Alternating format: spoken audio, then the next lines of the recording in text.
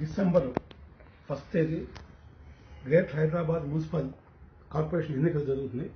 ఆ ఎన్నికల్లో ఓట్ల మహాశైలందరూ కూడా ఓటు హక్కును వినియోగించుకోవాలని మనస్ఫూర్తిగా కోరుతున్నాను.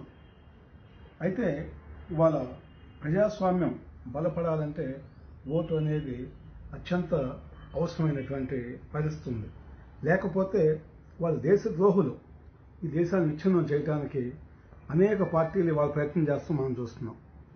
ఓటరు అంటే స్వచ్ఛమైనటువంటి వ్యక్తి, అంటే నిస్వార్థమైనటువంటి రాజకీయ నాయకులు రావాలంటే విఘ్నులు, మేధావులు వీళ్ళందరూ కూడా, యువత వీళ్ళంతా కూడా, మహిళలు అందరూ కూడా 100కి 100% ఓటు హక్కును వినియోగించుకున్నప్పుడు మాత్రమే అది సాధ్యం అవుతుంది. లేకపోతే రౌడీ షీటర్స్ కానీ, గూండాలు కానీ, అదేవిధంగా అవినీతి పరులు కానీ అధికారంలో రావడానికి అవకాశం ఉంది. వీటన్నిటిని కూడా మనం అడ్డుకోవాలంటే 100కి 100% అందరూ కూడా ఓటు హక్కును వినియోగించుకుంటేనే ఇది సాధ్యం అవుతుంది. ముఖ్యంగా హైదరాబాద్ ఇష్యూ వచ్చేసరికి గత ఎన్నికల్లో కూడా మనం చూసాం. 40%, 38%, అంటే బిలో 15 ఉందన్నమాట.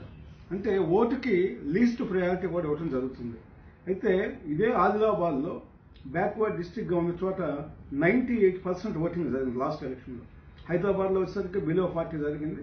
అందువలన ఇవాళ సాఫ్ట్వేర్లో ఉన్నటువంటి వ్యక్తులు కానీ ఎవరైనా సరే ఇవాళ 2-3 రోజులు హాలిడేస్ వచ్చినాయి అని చెప్పేసి డిస్ట్రిక్ట్స్కో లేదా ఎక్కడికన్నా గోవా లాంటి చోట ట్రిప్లకు వెళ్ళేదానికన్నా రేపు ఎన్నికలో 100% ఆ యొక్క ఓటు హక్కును వినియోగించుకుని మంచి అభ్యర్థులను ఎన్నుకోవాలి. ఎన్నుకున్నప్పుడే ఈ దేశాన్ని మనం కాపాడుకోగలము. ఇది ప్రతి ఒక్కరూ కూడా సీరియస్గా తీసుకోవాల్సినటువంటి బాధ్యత. ఎందుకంటే ఓటు అనేది ఒక బ్రహ్మాస్త్రం లాంటిది.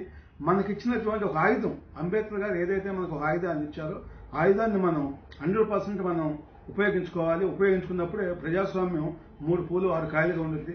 లేకపోతే దేశ రక్షణకే ప్రమాదకరమైనటువంటి పరిస్థితి ఉంది అని చెప్పేసి మీ అందరికీ మరొకసారి విజ్ఞప్తి చేస్తుంది.